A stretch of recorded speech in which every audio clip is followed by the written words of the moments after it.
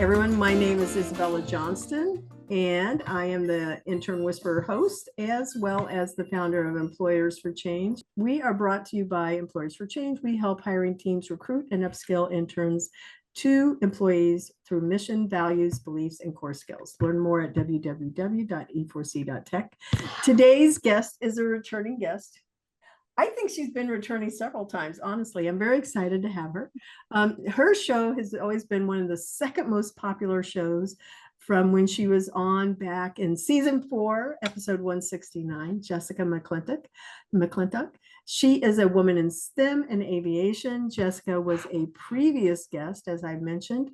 She is a consultant, a public speaker, a world traveler. You're going to get to hear about her latest adventures. Co-chair at the National Business Aviation Association, NBAA, and a champion that focuses on sustainability in business aviation, and a VP of leasing with Sky Harbour Group. So welcome to the show, Jessica. Thank you. Nice to be here. Oh, I am so proud of all of the things that you've done. I'm proud for you. I'm happy for you. Yeah, definitely. I'm looking forward to hearing all of these updates and having our listeners know it, because I think you're so cool. I'm so glad I somebody who's so cool like you. So we're going to jump right into your new role. Now, I think it's really interesting that you're in aviation, because I don't always see a lot of women in these types of fields. So we'll talk about that in a little bit. But what is in your new role at Sky Harbour Group, although you've been there a bit, and your former role with Fueler Links, how do you see technology, particularly in fuel efficiency, impacting leasing agreements and operational efficiency in the aviation industry? Sure. Yeah, kind of the long story short on this is, it's transformative, right? Technology in any industry is transformative if you use it right. So in aviation, there's a lot of different ways that you can kind of pinpoint where it's the value add. It's going to be the supporting factor in identifying how you grow and improve future programs, right? So like that idea of thinking about the future and the sustainability of things is really important. Fuel efficiency side of things. My prior role, I was very, very laser beam focused on fuel efficiency and understanding what does that look like. For the foreseeable future, we're going to have to think about fuel. So utilizing technology to identify how to make that process even more efficient to one of the largest operating costs of a flight department is extremely important, especially in the business aviation aspect of things, but also throughout aviation as a whole. And then really just kind of leading into the leasing side of things, technology allows aviation real estate companies really to kind of propose new ways to meet those, meet and really exceed the needs of both sides of an agreement, right? So identifying what the trends are, knowing the marketplace, opening up locations. In my case, we're going to have to find different locations where, there's a heavy need for it. So how do we identify that? Well, we use technology to help us kind of narrow into where we need to find new opportunities to grow and build. And it all boils down to how operational efficiencies are really like the key towards growing that sustainable industry, right? So it's really about thinking about the future.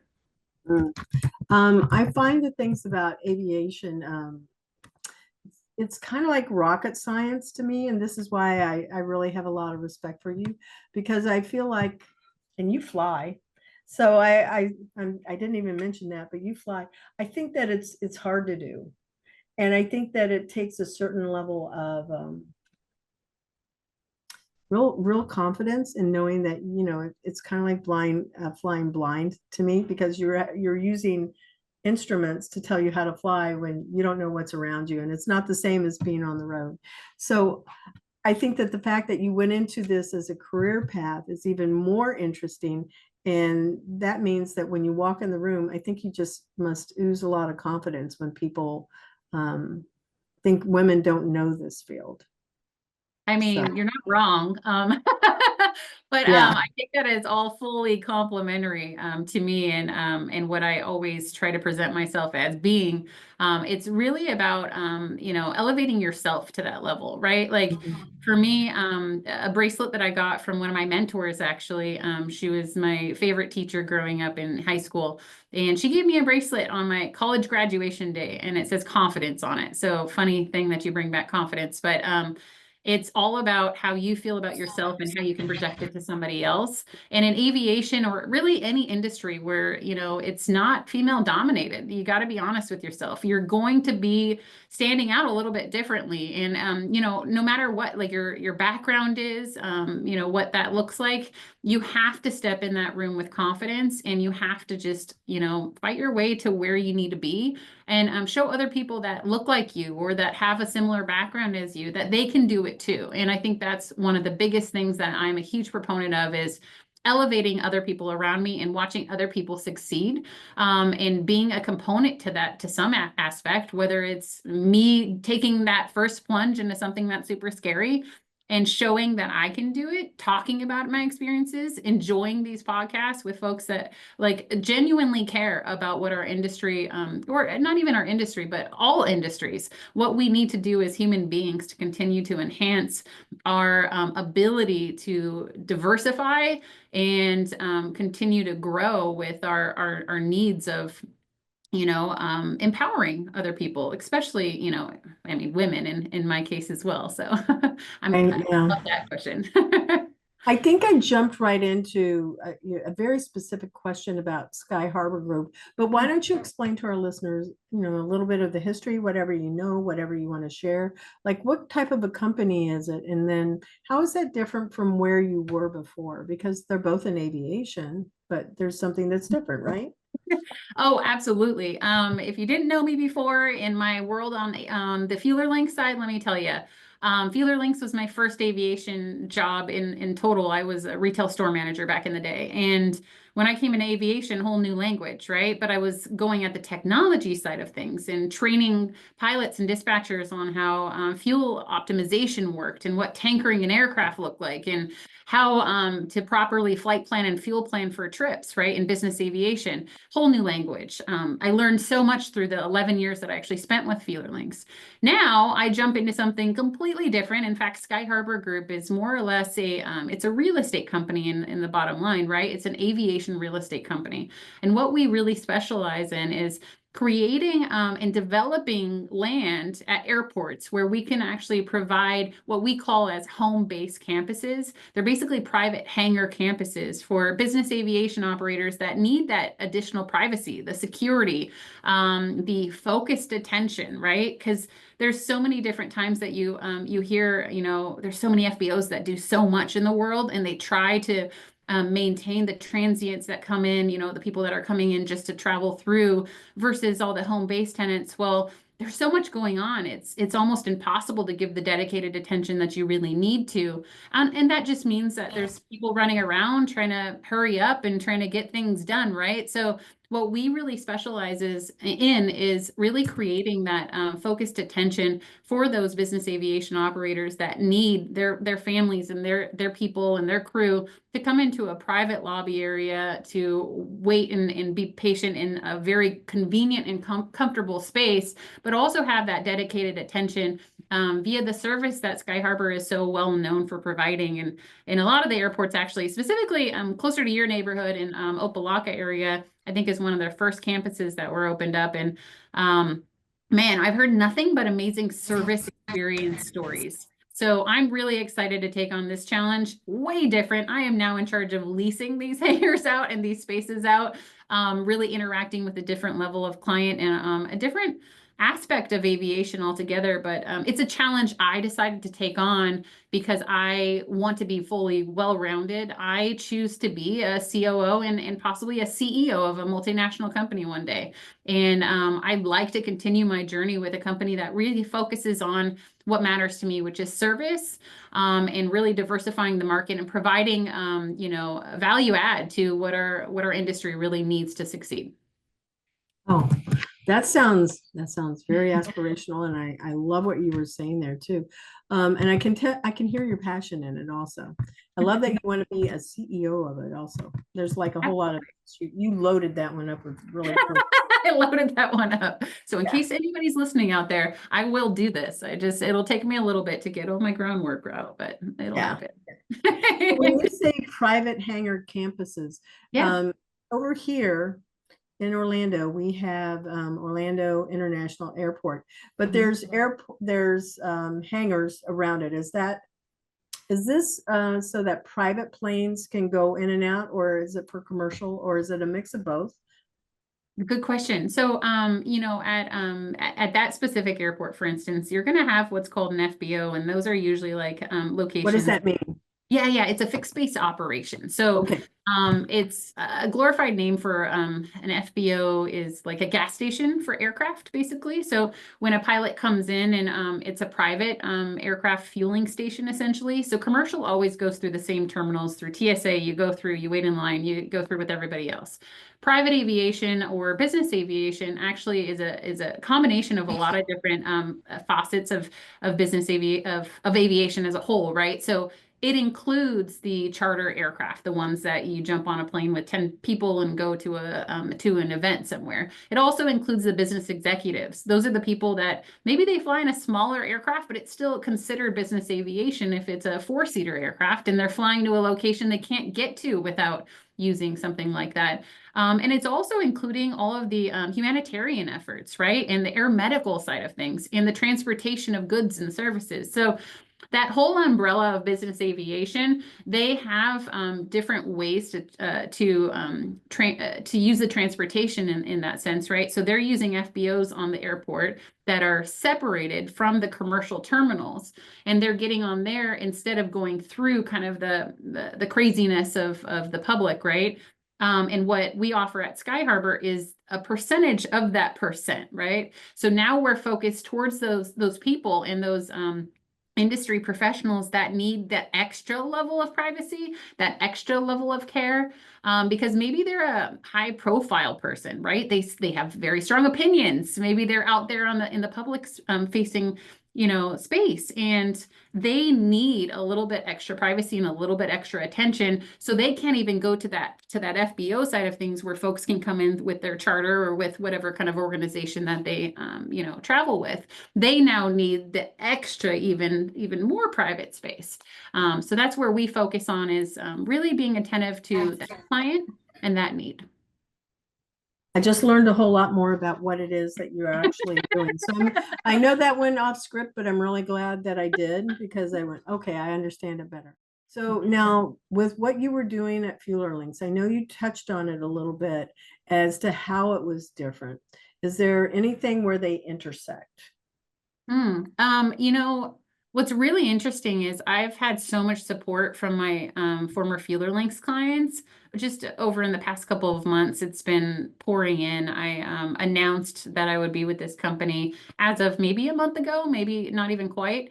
And the amount of support through the clients has made me understand that the world of aviation is very small.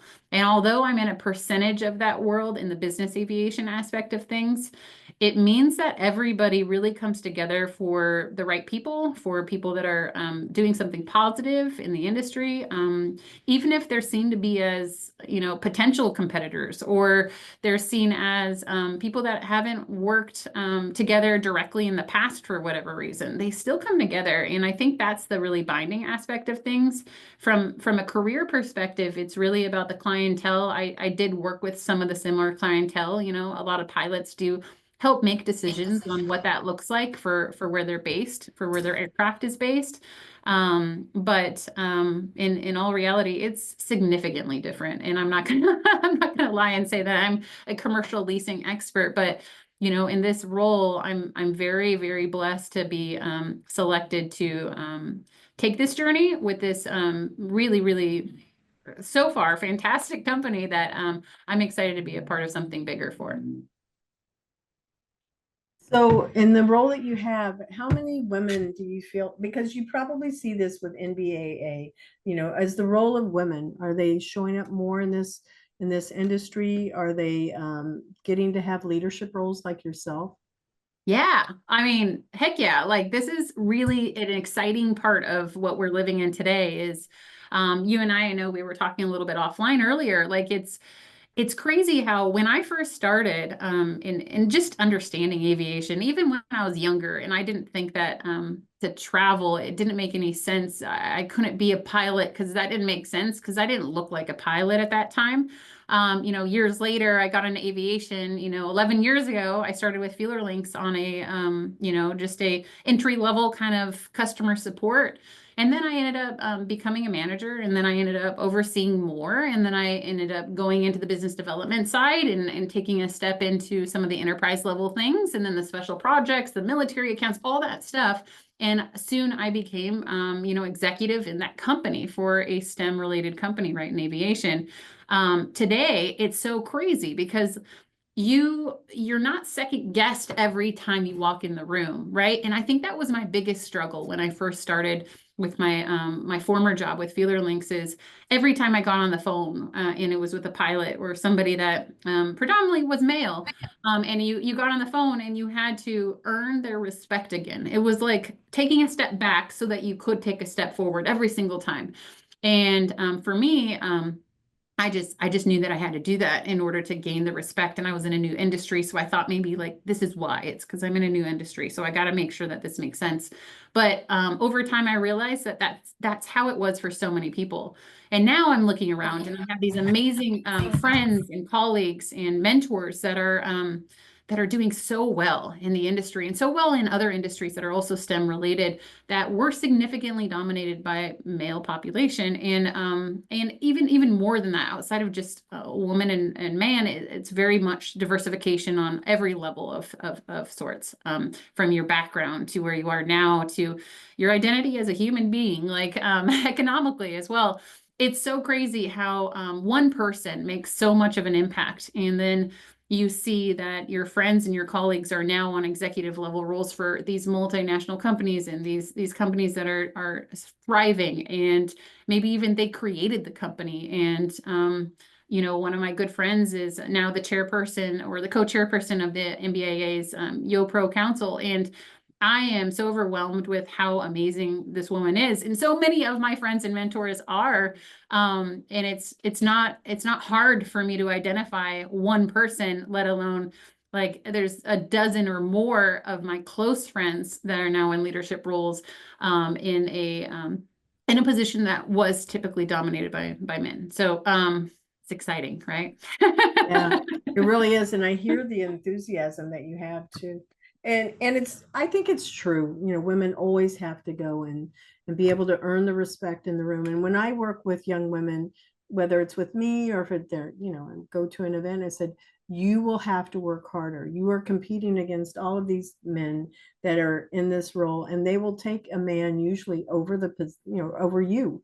So you have to be seen, you have to be heard, you have to stand out in ways, not because you're a woman, but because you're competing against their brains, their knowledge, and this I think this is the reason why we have to work harder as a gender is because when we're kids, when we're growing up, we are not taught to compete like how guys are. We are given, I mean really we are given roles and things to do that are definitely more domestic, and nothing is wrong with that, and I love doing those things too, but we aren't taught to compete the same way that guys do. And I think that's the biggest difference because I was a swimmer, I was in sports, I did stuff, I was in clubs, and I'm sure you did too. But it seems the way that we're treated, even in that area, impacts how we think when we get into a workplace. Yeah, and that representation really matters because I sure as heck, I mean, my first goal for a career was going to be a sports anchor. I don't know if I told you that ever.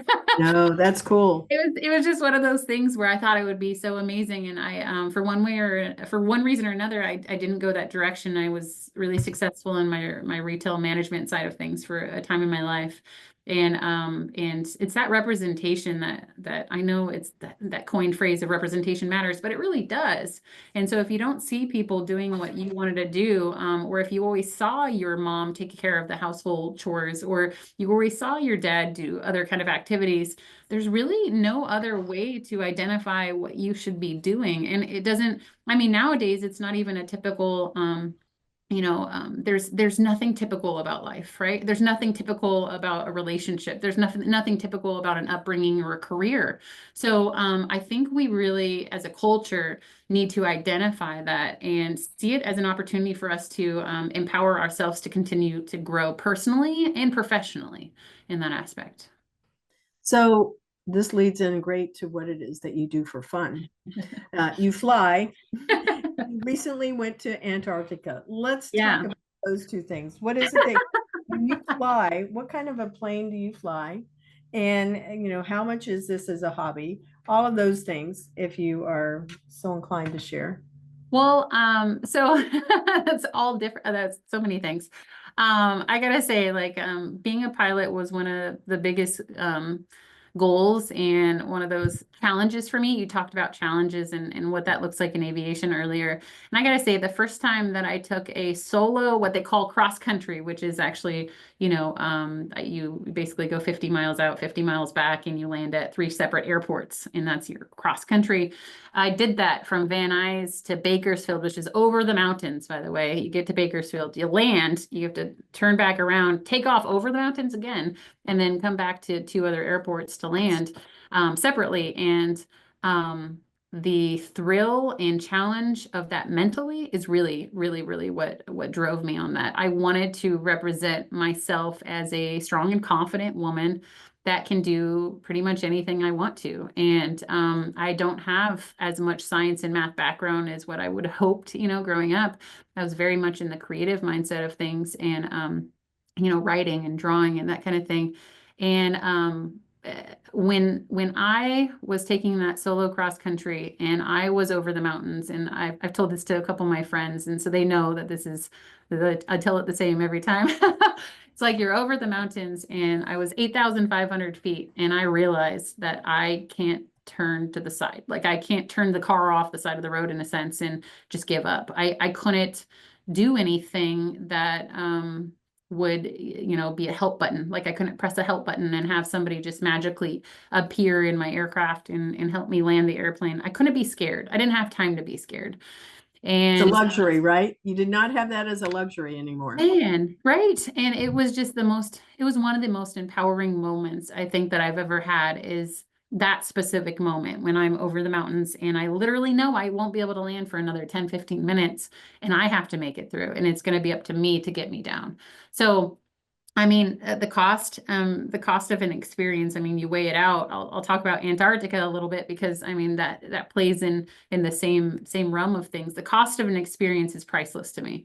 So I may not spend money on certain things in my life that are luxuries on a day-to-day basis, but I invest in my experiences and my understanding of cultures and who I want to be as a human being. But also, I mean, you live one life, so why not? So I do participate in a flying club, which is really fun. I am trying to participate even more with my upcoming certificate and going from there. But other than that, flying is a joy, but there's a lot of programs out there that will help you get to that level if there's folks that actually want to use it as a career in like more of a money conjuring aspect of things, which I do not. I will not get paid for flying. I am simply doing it because of the joy and the excitement and the empowerment of it.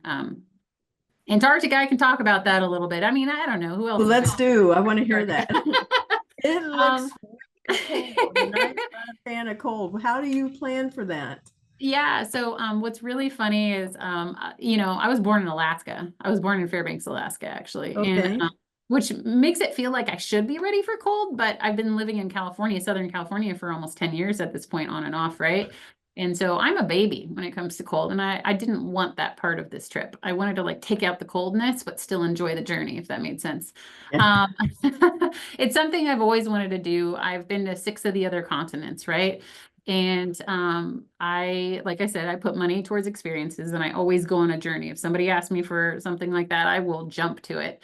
And I saw this opportunity, it came up, and it was the perfect timing, and I took it. So it was through National Geographic Lindblad Expeditions. Great company, actually. Lindblad has a huge history in being really the father of this travel. The founder of Lindblad back in the day was one of the ones that started the whole this expedition travel that people go on these cruise ships and whatnot. And now his son is actually the CEO of the Lindblad Expeditions, which, funny enough, I actually met him on this ship. Because it was an inaugural trip that I signed up for. I had no idea. And it was one that was their first version of, check this out, it relates to aviation, which I was very proud of. You actually take a ship from Ushuaia, Argentina, the southernmost tip of Argentina, through Drake Passage, which is a very interesting passage. You need to look it up. It's very cool. It's historically very famous. And then we got through to the different inlets and whatnot, and the bays over in Antarctica, and we're exploring on land and outside and all over the place. And then you fly from King George Island on an aircraft. You fly on an airplane back into South America. So it was actually pretty cool. So it was the inaugural kind of trip where you take a ship and then you also fly back. So I had to do that, aviation lover here. So I made that happen. But yeah, I guess in preparation for all of this, it was understanding, what had taken place in the history of exploration, and knowing what I really wanted to get out of this, which for me was I was transitioning one role into this new role in my career.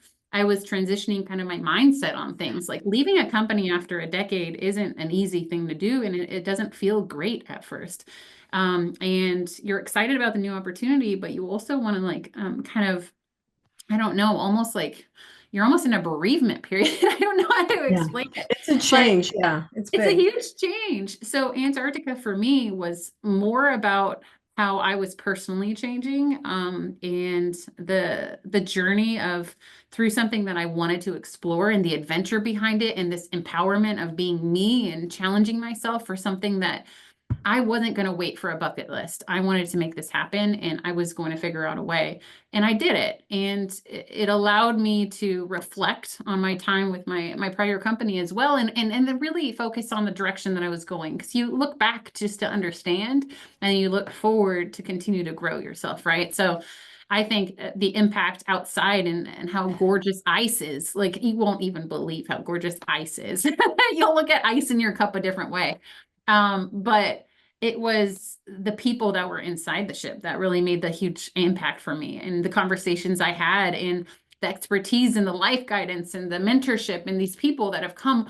Like, why in the heck would anybody want to be cold? Like what you said, why would anybody want to be at the coldest place? And I actually jumped into the water, by the way, along with some of my friends I met on the ship. So I was physically in the Antarctic water.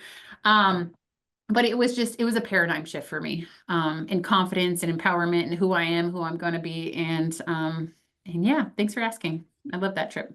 Yeah, I have more questions about it though. I was Googling while you were talking, is Antarctica always cold? And it said, no, it's not. And I thought it was always snowy. So I don't know. And then you were saying that you went in, you were by ship going in, but you came back by plane. And I'm going, well, how come? It seems like it's freezing. So I don't know how planes are moving, because cars, the antifreeze and stuff, I mean, you have that, but it is possible for a vehicle to get frozen and not be able to move. So I have so many questions about that. Like, well, what was the temperature like? Tell me what the temperature was when you were there, and how you were traveling. And if you said you were on, it was a cruise ship, right? You said? Yeah, an expedition ship. Yep. Okay, so I don't even know how an expedition ship is different from a regular cruise ship. I need just a little bit more context. Some more context. Okay, absolutely. So taking you back to it, it is cold, but it's cold, and life is still sustainable. It is not cold to the point where you're going to freeze when you walk outside. So it's just. Are we talking New York cold, Boston cold? We're talking like more cold than zero? that. more cold than that. Okay. Gosh, I could pull up the temperatures and whatnot at one point, but you'll have to, people out there will have to I'll do some Google it. research Yeah. on this. But it's definitely like if you saw any of my photos or anything like that, I'm outside. I'm cold looking, but I'm still able to interact with the world. That's the best way I could put it. I jumped in the Yeah. ocean. I mean, like, and jumping in the ocean, the biggest thing for me was my feet were really cold, but everything else, you have all this adrenaline. So I don't really think you really care or you really think about it too much. But yes, transportation through the expedition ship. So basically, what's the difference is I've actually never been on a cruise ship in the typical sense, going through, the typical Norwegian cruise lines or whatever. But I believe that they're usually a lot bigger, to my understanding. They have a larger Yeah. capacity of people on there. This ship, I think, gosh, I would have to look at it to be exact, but it was probably around 160, 180 people, Oh, something that's like way that. small. Yeah. Oh yeah. And you have to. So there's guidelines to this too. And that's what I looked up before. And I'm not claiming to be an expert on the guidelines, but from what I understand is you have to have a ship capacity of a certain limitation of people in order to get docked to some of the ice locations. Because there was a point where I believe it was Charlotte Bay that we actually came up to ice on this ship. And they moved into ice all the way into it. And basically, you could see the ice cracking underneath us because it was moving as the ship continued to move forward. And you dock the boat there, the ship, right?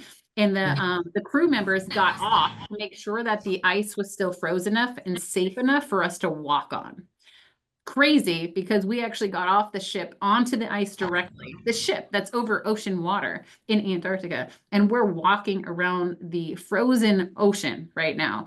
So that was something that is totally possible. Now, I never drove a vehicle. I never saw a vehicle out there. There's nothing that I noticed to be like that. It seemed to be a lot of air transport. If they needed to get in somewhere, they would use some sort of air transport or ship, right? The air transportation back, they were provided by Antarctic Airways, which I think was DAB Airways. I forget off the top of my head. I think it was DAB as in Bravo. But what they were able to do is they were testing out this route to make sure that weather stays in place, right? Because weather is a huge factor when you're trying to plan a trip via aircraft, right? Or via ship as well, but really aircraft because you have all these different elements you have to consider, like what you were talking about. But is it possible? Absolutely. You don't see ice every single place of Antarctica.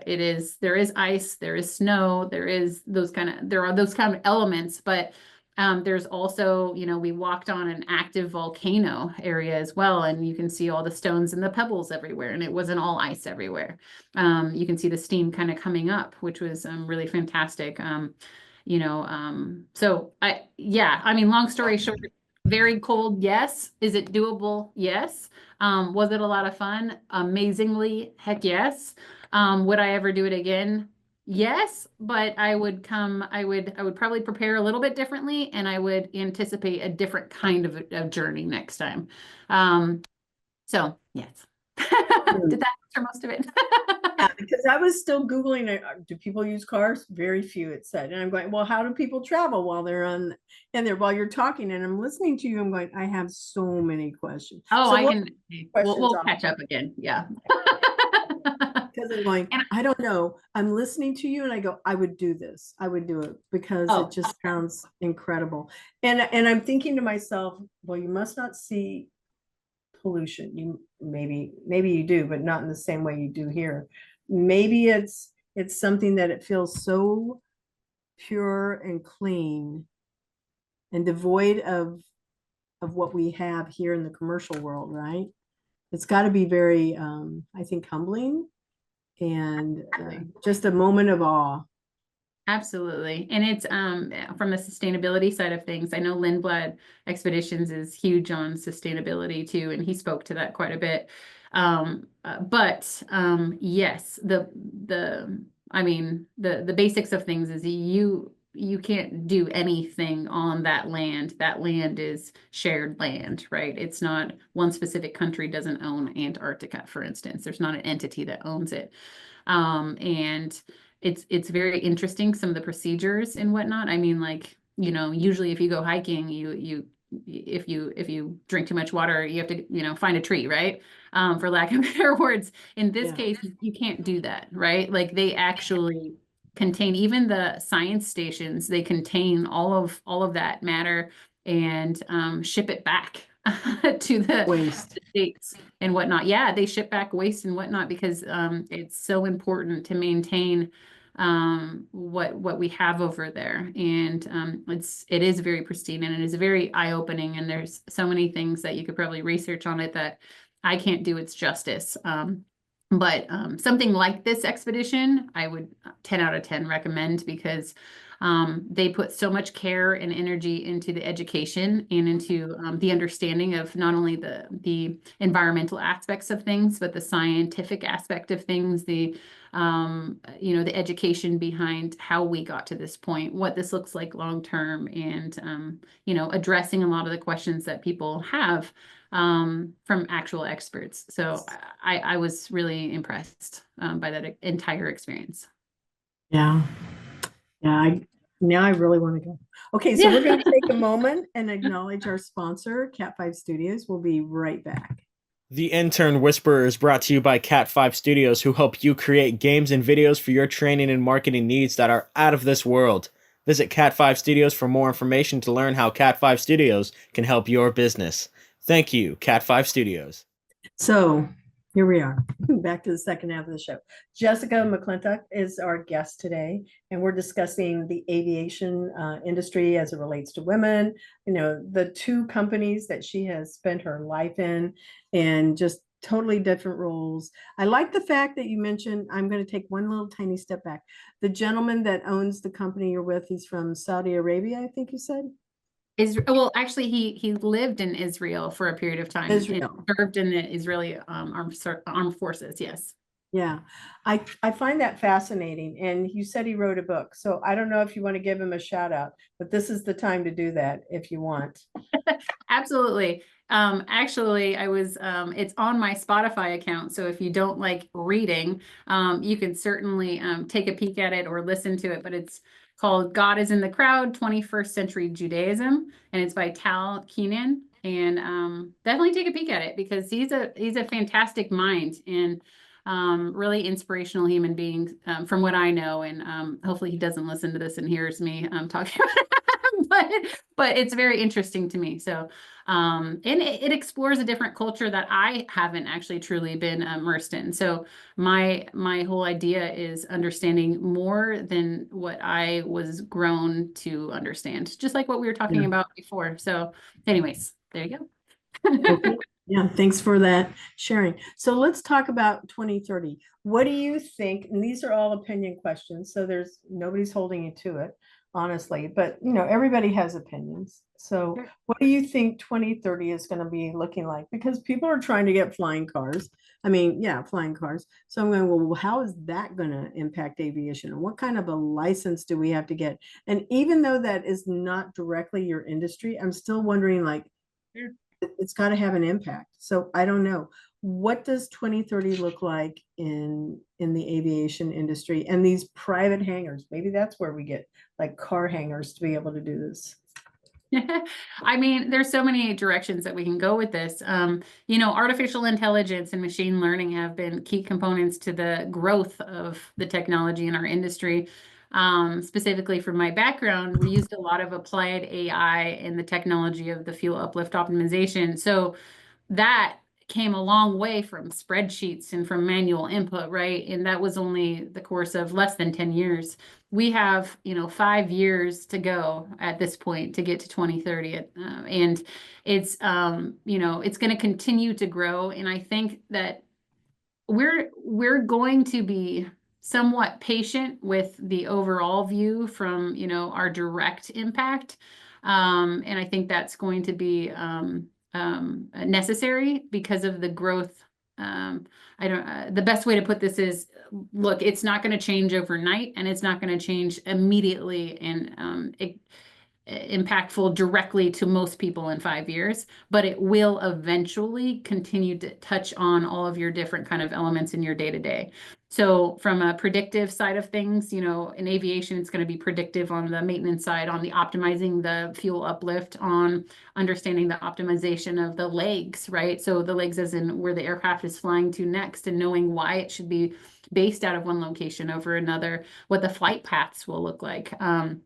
I think that there's a good chance there's going to be a lot more electric, aircraft out there. Joby Aviation has made huge, advancements in that space, which is really exciting to see because I feel like they were almost laughed at the first time that they showed up on a stage and said of his grandeur ideas of this, technology and aviation.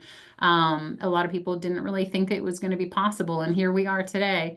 I think from a sustainability standpoint, that's going to, start to change quite a bit too, because there's a push for, the net zero emissions by 2050. And, that's going to accelerate the adoption of what we know as what's called SAF, which is sustainable aviation fuel.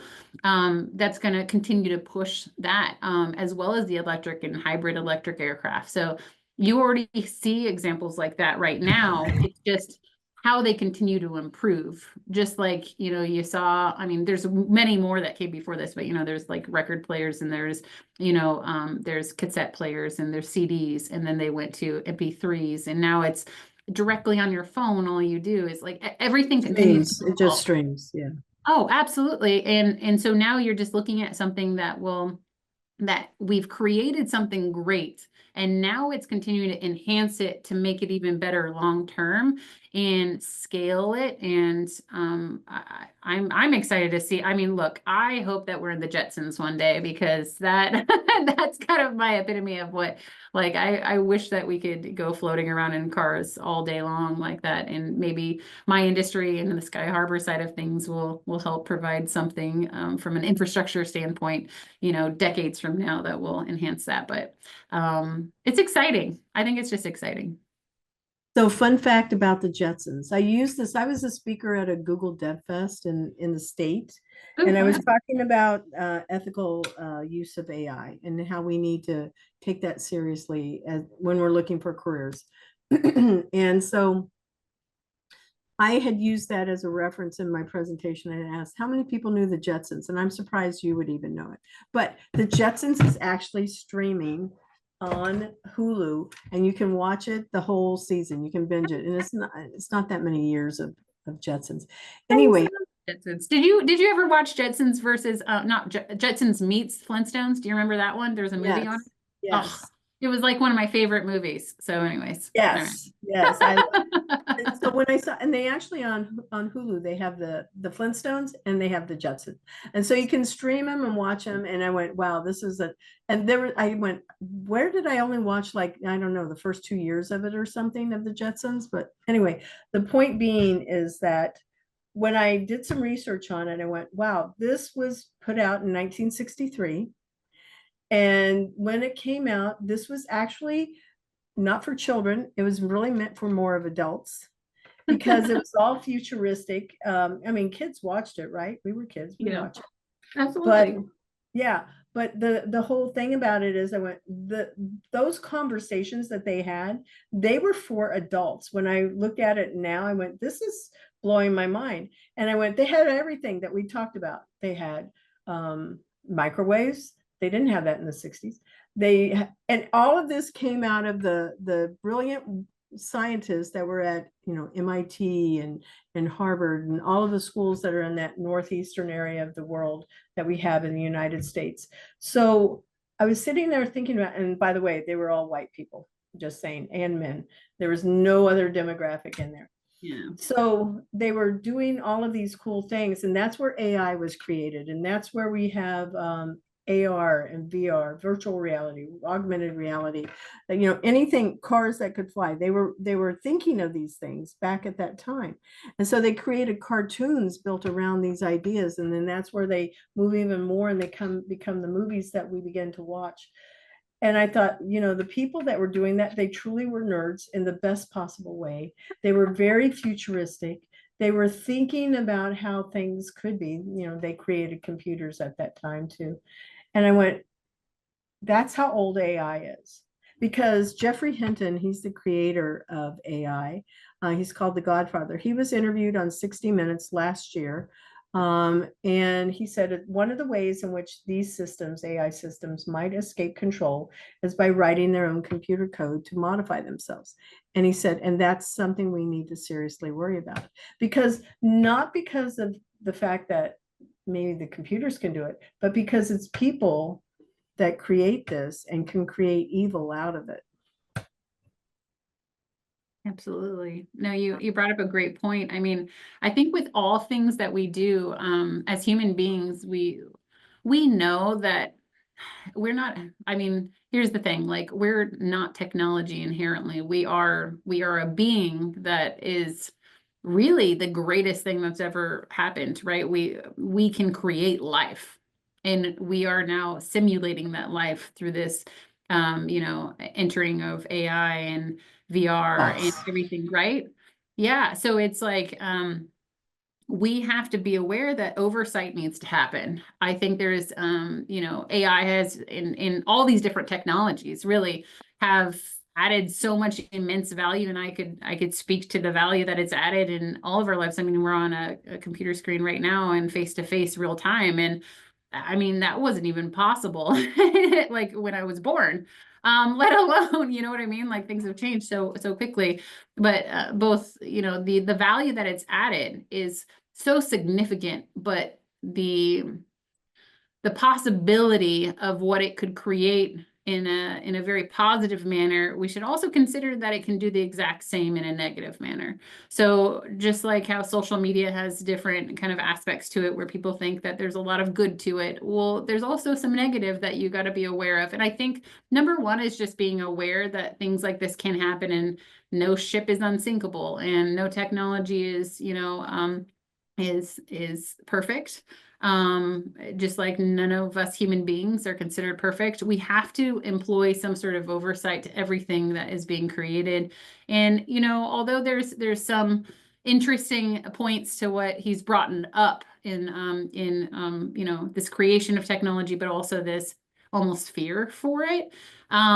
It's something that I think it's our responsibility to identify proactively what we can help kind of mitigate prior to a negative outcome, happening, which I'm sure we've seen some already in the past, but from it kind of taking over as he's saying, and still utilizing and harnessing the power for the good, and understanding how to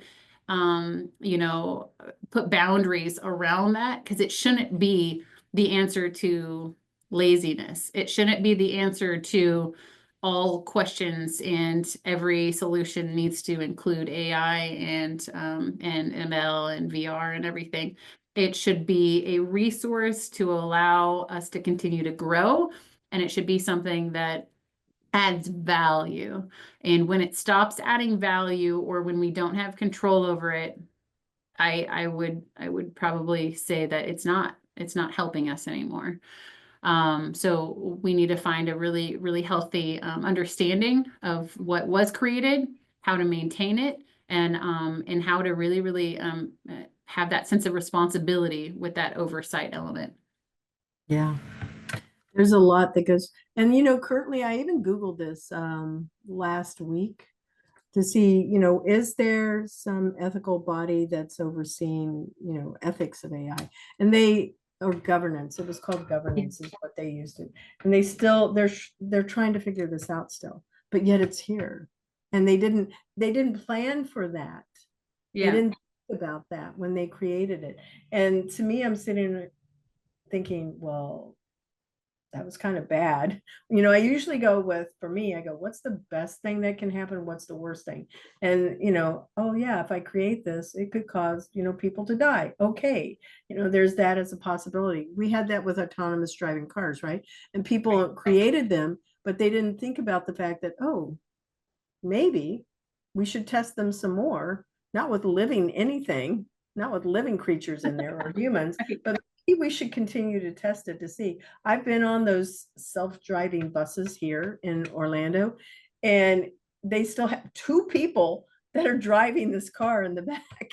are driving this bus, and I'm sitting there going, okay. And they're just there and they're just watching. And then they saw that somebody was going to dart out and the bus slammed on its brakes. And so we all stopped and everything. But I went, would a human have seen that better than where we're riding in this bus? And I wanted to get out because I was a little so I have this same thoughts about, flying cars and about AI. And I go, yeah, we need to nail this down now. So it's definitely, it's that fight of, a lot of us don't like the regulations behind things. Like when a regulation comes out, you're like, ooh, that's the R word. I don't want that. I don't want to like conform to the regulatory side of things. And you're like, ooh, FAA bad and all this stuff. And really it's there for a lot of reasons. And most of the reasons are for safety and for continued, success in that growth of things. Yeah, safety is huge.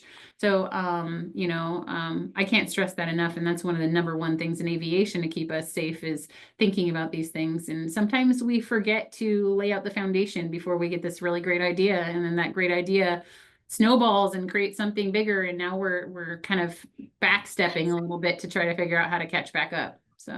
So if we have autonomous driving cars, are there plans to have planes that can fly without a pilot?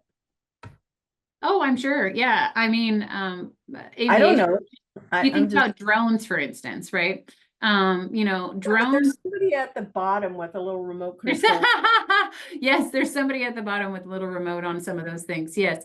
But it's, it'd be similar to some aspect. And I'm sure that there's different stages to these things, and in no means am I an expert on it, but it's the technology is significantly enhanced with the autonomous vehicles, and I don't see why they wouldn't move it into an aviation element. But that's not going to be for so long on the mainstream, at least. They'll probably do tests and experiments along the way. Especially because of the regulations being so stringent in the aviation side. In any kind of transportation, it becomes pretty stringent, I would say. I don't think that our world thought that some of these technologies like AI and like the VR side of things were going to be in relation to transportation to some aspect, and they're starting to see how it's folding into it. So now that's popping a concern, but transportation has always been very heavily regulated to my understanding. I would say though, on the aviation front, I think that there's a huge opportunity to invest a lot of resources and understanding into what does that look like from a governance aspect of things, and really have some of the smartest, brilliant people in the world that have already done so much. I mean, you see SpaceX and you see these different programs that are finding ways to space privately, utilizing those really brilliant people and the funds that they're able to conjure up and add it towards the sustainability of programs like that. And what does that look like? Yeah, they send rockets and things of that nature with no humans or living beings in it, robots, if you will. They'll send that out there, and I won't, well, that's fine because I'm not worried about something crashing into me. But it actually could, because there's space debris, and space debris can eventually come down to our atmosphere. And I'm always surprised that we don't have more that lands on Earth. But that's neither here nor there. Anyway, I think we pretty much covered ethical dilemmas here, and I feel like you've covered the plus sides of what AI can do. Is there anything you want to add? Man, I just think that there's I think it's very good to have questions. I think that's how I'll put it. It's very good to have questions, and it's very good to continue to push against what you are told to know. So I think if I could give any advice to folks that might be listening and maybe similar to me, not an expert on AI, but certainly have either concerns or expectations or, certain things that excite them about what this looks like for the future, or what they think that should be looking like, or they watch Jetsons like us and think that everybody should be flying around in cars soon. I just think that the biggest thing that I suggest is push back and ask questions. Don't always take the first answer. The first answer sure, even if I give you an answer, push back and say, well, wait a second, can you explain this a little bit deeper? Or is there a resource from which you just spoke so I can actually investigate on my own? Because sometimes we're too quick to go the lazy route, and sometimes the lazy route is what gets us into dilemmas. And dilemmas end up causing danger and safety issues and so many other things that are terrible in this world because we decided to take that first answer instead of really diving into, well, let's push back on this, be the devil's advocate here, and identify what are the potential issues here. Can we solve this with something that we currently have access to? Do we have to build something to surround this with some sort of environment while we test it out? Or that kind of mindset where you're always thinking proactively instead of reactively is going to be really key to a lot of this evolvement of technologies in our future. So, yeah, I like that quite a bit. And my next question was, what is the best mentoring advice you have for listeners about aviation industry? But I kind of feel like you just said it, but you might have something else, because honestly, I think that no opinion that is shared on my show is like a foolish one or silly or anything like that, because everybody can have an opinion, and that one opinion could bring something that somebody never thought about. And that's why I feel like the questions are still relevant, because you don't have to be a rocket scientist to solve something. You could be an average person. You could be somebody that just doesn't even have a career anywhere close to that. Let's nothing disrespectful, but let's say it's sanitation matters when going to space. So if somebody said something in that instance, it could be like, wow, we hadn't thought about that, because they didn't ask the right person. absolutely. And I think that answers the question right there is like, for me personally, I will always identify as both a mentor and a mentee, right? Because there's that phrase of like, when you stop learning, you're dying, right? Like you really, really have to continue to be a student in the world, right? And you have to continue to learn from your experiences and learn through technologies, really, right? And also, I mean, other people and their perspectives.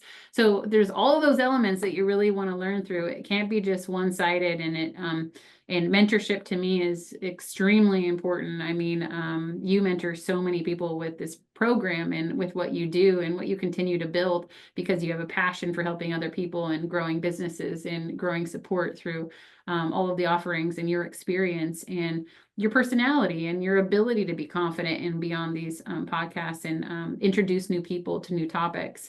And I think that's extremely empowering. And sometimes we forget how empowering maybe one phrase, like what you said, maybe a sanitation worker heard this today and said, you know what, I've always dreamt about being in a program that allows me to help with like NASA activities. Well, great. Maybe you actually created something that is around that and it's significantly impactful, because we may not have seen it as that impactful, but you just created something that we can think about in a different way. And that goes for every industry, and that goes for every person out there. But yeah, I think just being a continued student is really, really important, and not having all the right answers, and being okay with that, because That's why I called the show, well, not originally. The Intern Whisperer is what somebody else called me, to be able to help employers, get more out of their interns.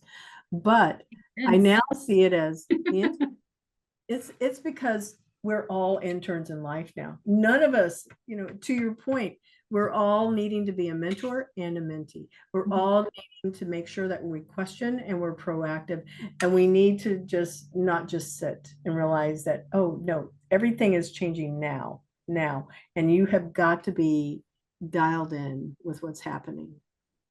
absolutely. Yeah. So how can our listeners contact you?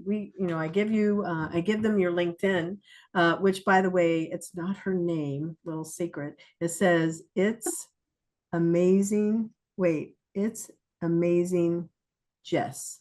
J-E-S. Yeah. Yeah. I have to look at it. It's like all rounded. Super tiny. It's amazing Jess. And so you really have to know you to be able to know, oh, that's how I find her.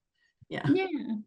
I mean, you can find me on there. I'm always active on, well, most of the time I'm active on LinkedIn. I really like to promote actually different organizations, community service, as well as mentorships, internships, anything that I can really help provide some sort of joy to another human. I'll try to promote that, or I'll share some personal stories that, to me, I mean, business is personal.